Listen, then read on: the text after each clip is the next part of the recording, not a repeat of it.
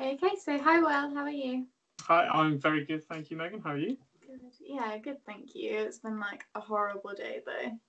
Yeah, But, yeah, it's just been raining all day. I've stayed indoors for the whole of it. yeah. I stupidly went for a walk with my friend, so it was really nice to see her and kind of catch Oh, up safety distance. But that's why I'm in like a hoodie. I'm wearing like 8 layers to try to warm yeah, myself. yeah. Might go for a run in it if I can breathe it, but we'll see. Yeah, brave. Whereabouts are you? So I'm down in Southampton now. So yeah, I moved from well, I went to uni in Newcastle, and then I moved all the way to Southampton. So Oh wow. a big old north to south jump. Yeah. How was that? Yeah, it was alright to be. I've moved. So once I finished my undergrad, I moved to a new place for a year. So I'd already done it once. Then I went back to Newcastle to do a masters. So I've already went through the whole going to a new place once, which I think was a struggle. But once you've done it once, it's a bit easier. So Yeah. yeah, it's fine. It's weird in the middle of a pandemic. That is something. You can't like I'd love to go and join some clubs and stuff, but yeah, it's all. Hopefully this summer it'll be good. Yeah, definitely. Once we've like found our feet a little bit and are allowed to do things. Mm-hmm. Oh. Fab. So, do you just want to give like a little bit of background on like which course you're on and stuff, and then we'll get stuck in? Yep. So I'm on the clinical immunology specialism. So that's part of the wider blood sciences pathway, which is biochemistry, hematology, immunology. I think we have a genetics rotation, but I think they might be a separate thing. Yeah. But so yeah, so it's like the wider part of it is pathology. So in the hospital, the pathology department deals with helping to diagnose conditions through testing samples, and one part of that specialism is immunology. So that's basically the department I'm in. Yeah, that sounds like there's so much encompassed in there. Like they've grouped things together into these kind of banks, but they're so Yeah, different.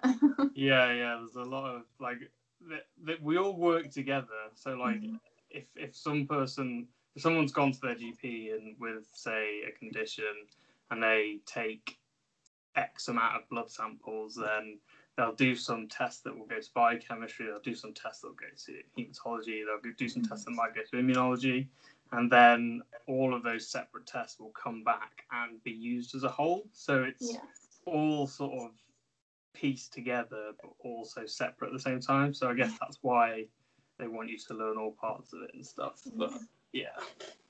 Very much take on board. What did you do at Newcastle then? What were your degrees? So my undergrad was biomedical biomedical sciences. So yeah, I kind of, it's like a very broad subject.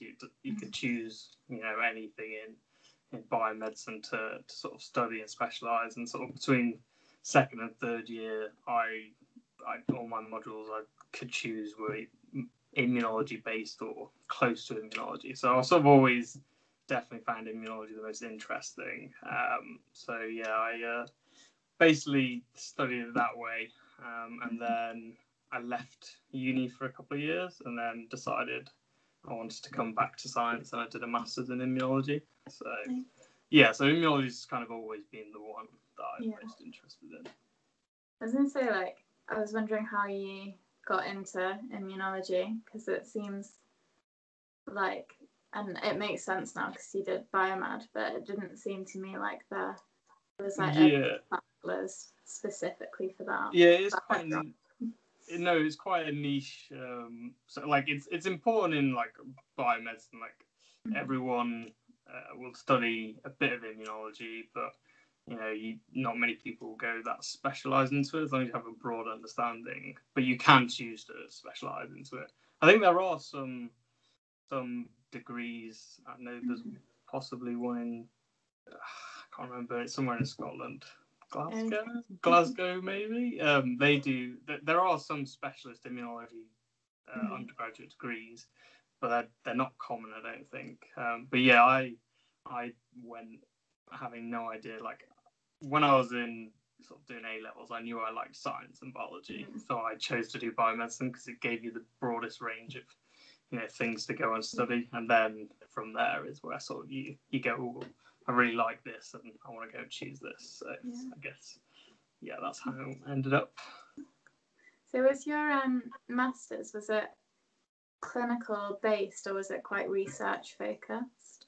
So yeah, mine was a master's in research, so very research focused. So I knew about the STP, and I also knew sort of how competitive it was. So I decided my plan A was to go for immunology. So when I sort of had the 2 years out and did some other things, I then decided, right, I want to do something in science. My A game is to try and get a place on the STP. If not, I'll do maybe some immunology research. So that's why I chose the Masters of Research, because I could still go down the PhD route if I wanted to, or go to other things.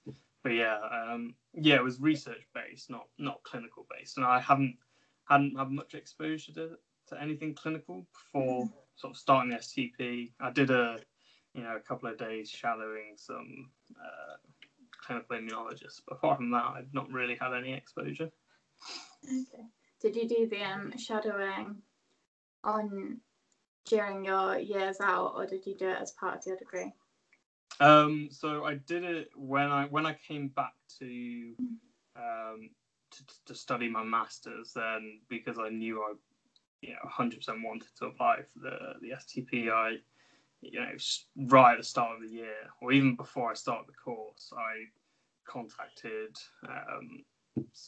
someone gave me a contact who said this would be good to, if you wanted to try and find someone to shadow. And I contacted them, and they helped me organise a clinical observership. So that's sort of how I got through that. But yeah, I knew I definitely wanted to get that because for my application, certainly I thought it would give me a lot to talk about, which it did. So it can be so hard to find clinical or get clinical experience as well. Yeah. Like, to be fair, I was glad I got it, but I also had like a lot of other things to talk about. As long as you sort of find, like, anything you do can be argued to give you experience that you can take onto the STP. So it's not like essential, but it was certainly good to do for me.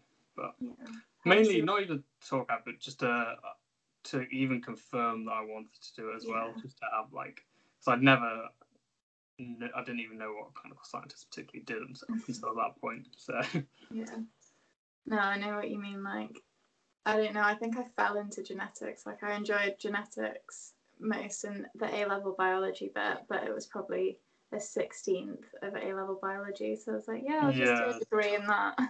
Let's hope I enjoy it. Did you come straight from undergrad, or did no, you done? Okay. So I did a master's as well. Okay. I applied the first time during my last year of undergrad, but didn't get to interview, and then I applied again the second time. Okay, right, fair. What about you? Had you applied before? No, I knew of it like in my undergrad. In the final year, I knew of it, but I hadn't done any planning towards it, and it would have been a really rushed application. And so I just thought, you know what, no, I didn't at that point. I didn't even know if I wanted to, to remain in science for my career. So like that was the time I was like, right, once uni's done, I went traveling for a bit, and then I came back, did a different grad job, experienced some other things that weren't research or science or anything. And then like through that, when I started my first like real proper job, which wasn't science related, I was like a few weeks into it, I was like, right, science is definitely for me. Then I like formulated this plan I was going to do all this. So that's how I ended up going back and doing it, really. It can be good just to take a step away, and then if you end up at the same position, you know that you definitely want to be there. Yeah, 100%. I can't like state enough how my year out, and also like taking a bit of time away from studying university, really cemented like my sort of passion for science and immunology as such. Like it was a good few years for doing that, and now like I came back quite refreshed when I did my masters as well and stuff, and so yeah, it was good. I definitely recommend it for anyone. Yeah, definitely. Fab. So what have you gotten up to so far? I know things have probably been quite interrupted, but what have you been? You had much uni? So we basically started in September. Our first 4 weeks was just in the lab, sort of meeting the team, getting a basis for, like I said, I'd never worked in the NHS, and quite a lot of people haven't. So it was sort of understanding just how a lab is run in general. They didn't expect much of you. They didn't expect you to, be thrown straight into things. They were just like, look, try and just absorb as much as you can, and then because after that 4 weeks we went straight into 5 weeks of uni. So yeah, I did the 4 weeks, then 5 weeks at home. We didn't go to Manchester obviously, but it was all online learning and stuff. So we did 5 weeks there, and then came back after that. And the problem was it was the start of the second lockdown when I was coming back. So, because technically I'm supernumerary, then they were like, with social distancing stuff, they got me to work at home for a bit, which was fine because I'd sort of like started researching some competencies and trying to do as much as I can. And then after that 4 weeks, I went back into sort of the lab, sort of which I've been doing for 3 months now, 2-3 months. So yeah, and like basically at the moment the rotations. So initially, like I said, we would do the 4 weeks in immunology, and then we'd rotate around biochemistry, hematology, genetics. But that's sort of been postponed. So now I'm just rotating around different parts of the immunology lab. So you've got things like allergy and autoimmunity, sort of flow cytometry, which does blood cancers and stuff, and proteins. So there's different sections in the lab which all test for different things. So at the moment I am sort of doing that, basically just starting my learning of the different aspects of the lab. So were your uni modules, was there like a biochemistry module, a hematology module? Yeah, it pretty much mirrored how your work-based training would be. So yeah, there's hematology, biochemistry, genetics, and immunology, and yeah, it's half of it was called analytical methods. So it's understanding how, when you have a sample, how you get to test it, limitations of tests and all that side of it. And then also the other side of it is understanding sort of the core scientific principles. So, understanding the basics of the immune system, understanding the basics of biochemistry in the body, and, how blood and etc. So, yeah, there's sort of two aspects of it for the first bit. That's good. I do like that they kind of give you all of the uni modules that relate to the rotations that you're going to do. I feel like I'll be a bit more confident when we go into the different ones. Yeah, it's sort of, because even though I have a lot of clue on immunology, I have no clue really on, like, the last time I did biochemistry was first year of uni, so to get that like refresher before, like ideally I would do my biochemistry rotation pretty soon, but when I do eventually do it, it's nice now to have that like scientific knowledge just sort of to go into and not be like, I have no idea. That would definitely be me. I'd say you mentioned that you were quite lab based, and now you're kind of rotating around the different ones. What kind of tests do you do? I know very little about immunology. So yeah, there's lots and lots and lots of different tests. So that, like I said, there's sort of, I would say, 4 different aspects to an immunology lab. You've got a flow cytometry. Well, it depends on how big your immunology lab are, but they're usually quite large regional ones. So one section's flow cytometry, which uses basically flow cytometers to, I think, common things you study are mainly sort of blood cancers. So like, I've got a mind blank of what the name of blood cancer is, like leukemia. And, so that's one section of it. I think there's plenty of other things you can do. That would be the most common. And then the one I'm at the moment, I'm doing sort of immunochemistry and learning all about sort of immunofluorescence, and so that's like looking at autoantibodies that people might have in certain autoimmune conditions or stuff like that. So the way you do that is you sort of incubate a patient's serum with a slice of tissue, and you can use different antibodies to basically analyze different patterns. So that's another section, and then you also have like autoimmunity and allergy. So like a very classic. That's a very big part of the immune system, sort of testing people for if they have allergies for certain things, or and then I think another aspect is proteins. So that's like myeloma and paraproteins. And strain proteins. Like these are all sort of classic tests. Like they probably mean nothing to you, but yeah, basically. I recognise certain bits, but yeah, there's a lot of immuno sort of tests deal with using like antibodies to recognize a very specific protein or substrate. Yeah. I get it. So I'm guessing the cancer side of it it may have taken a bit of a dip, but has the allergy referrals, have they taken like a big dip because they're not as... So with allergy, it's gone, well, in certain cases it's gone up technically, because so one of the main big screening allergy tests you can do is a skin prick test. So you go into a GP and they'll get a piece of allergen that you might be allergic to, and they'll prick your skin and you'll have a flare and wheal reaction if you're allergic to it. And that's a really easy way to screen someone. So if you go in and you don't have anything, they'll prick you on, you'll be like, oh, you're okay, you're not allergic to these things. So because they can't do that now, then what we can do in the lab is an ELISA looking at like people who are allergic to things.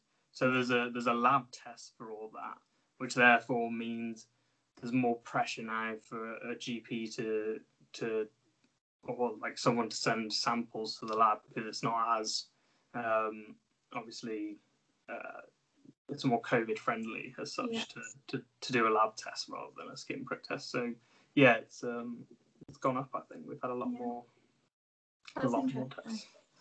Completely like against what I thought, and just choose what I know. yeah. Well, that's I wouldn't have thought that either. It is interesting though how it all sort of works. But yeah, there's usually if there's one sort of test, there's usually different tests you can do, to have slight different benefits or drawbacks to them. So there's usually more than one test for something. Yeah, interesting. So with the uni side of things, do you have to go back to uni, or do you have exams and assignments? What have you got left?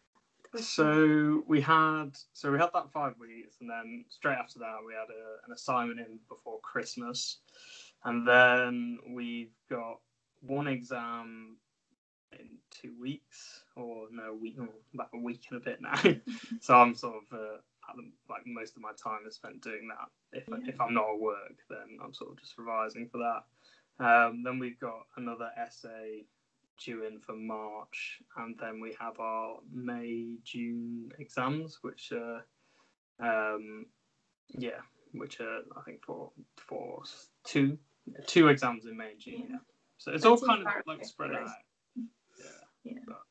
That's good. What's your exam in next week? So that one's on analytical methods. So that's the part I said about like how you test for something, and how different say machines or analyzers work and the principles behind them, and then all the principles behind like how you understand if your test is accurate, if it's a good test, if it's X, Y, Z, rather than the actual science behind, say, immunology or hematology or biochemistry, which will be the summer exams. Okay. So a little bit more specific then, and it sounds maybe a little bit more enjoyable in the summer. Analytical methods. Yeah, the science, like, they're necessary, the analytical methods ones to know. It's like obviously a massive part of being a laboratory scientist, but I'm much more keen on the actual science, because like the clinical conditions I find like obviously really interesting, which is but that's what you're testing for. So yeah. So is your specialism quite lab based then? Yeah, it's pretty much fully lab based. So unless I think maybe for competency I can sort of go and take a history of a patient and stuff like that. It's all we don't deal with patients directly. Like our consultant immunologist, sort of, he helps run the lab. He's like that. He's the one who deals with the patients on a daily basis. And then the clinical scientist, in terms of laboratory science or pathology, is like that bridge between the doctor and, say, like biomedical science staff and stuff like that who do the assays and stuff. So it's kind of like that, meant to bridge the gap between that sort of knowledge. So yeah, but no, definitely very lab based. Yeah, it's quite different between all the specialisms. I spoke with someone from medical physics earlier today, and I thought that was going to be really like behind the scenes, and apparently they're quite patient facing, which surprised me. Like, does that have to do with like, is medical physics? I don't even know what that is, honestly.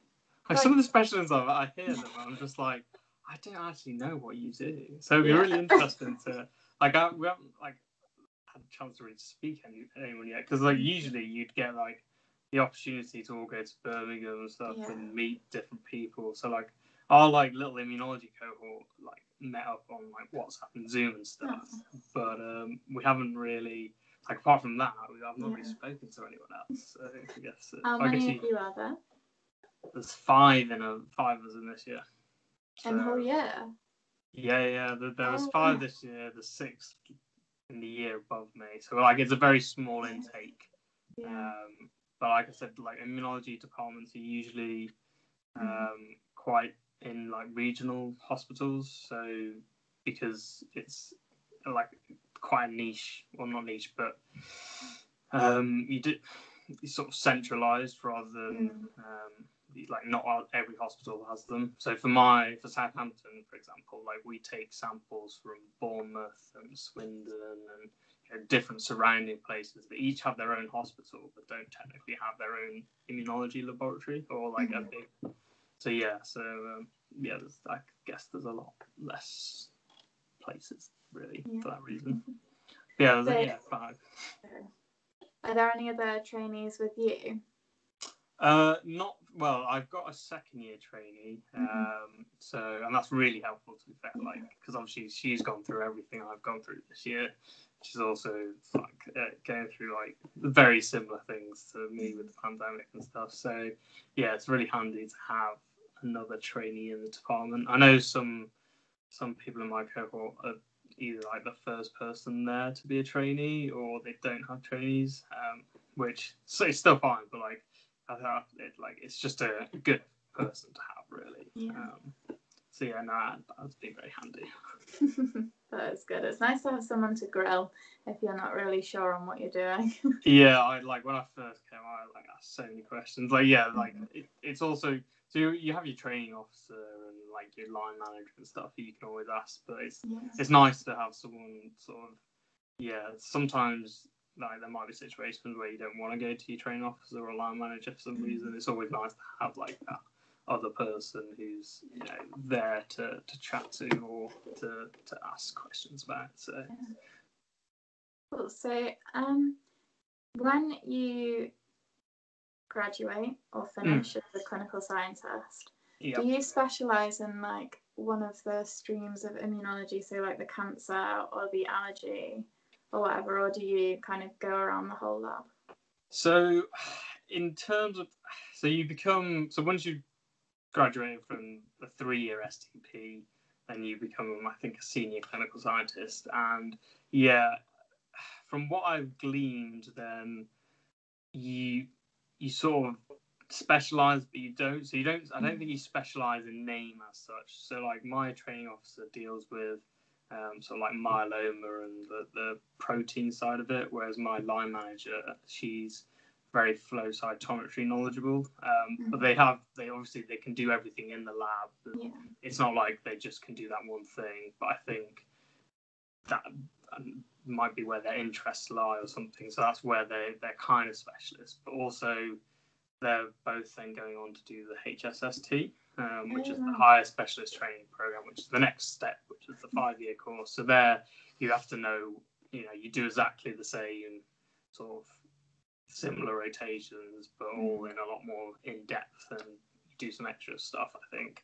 So yeah, you've got to know everything in if you're going to be a immunologist, clinical scientist, I think. But yeah, there is aspects of specialism. I think you can't know everything to like a really, really, really high specialist level, unless you're like, I guess, at the end of your career and like you've been doing it for 30 years. But yeah, I think, if that makes sense. Yeah, it definitely does. That makes sense. So if you're not doing your first year rotations at the moment because you can't get to the different departments, do you know whether you'll be doing them at the end of this year or second year, or is it up in the air still? So I've got my genetics rotations booked in for the start of March, but it's only going to be a week instead of a month. I think it's going to be a week online. So yeah, it might be a bit. But this is what I mean. You've got to be so adaptable. So like, it's going to be, I think, just like a whistle-stop tour of understanding things. The other ones will happen, but as and when, not sure, not yet booked in. Like, so yeah, very up in the air. Might do them next year. Might do them towards the end of this year. Depends. It all depends on COVID, obviously, and hopefully, things will start getting a bit back to normal soon enough. But yeah, so yeah, very up in the air. Fingers crossed. Do you do all of your rotations in your hospital, or do you have to go to other hospitals for any of them? So virtual ones, obviously.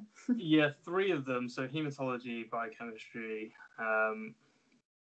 Hematology and biochemistry are in the hospital. They are literally the floor above me.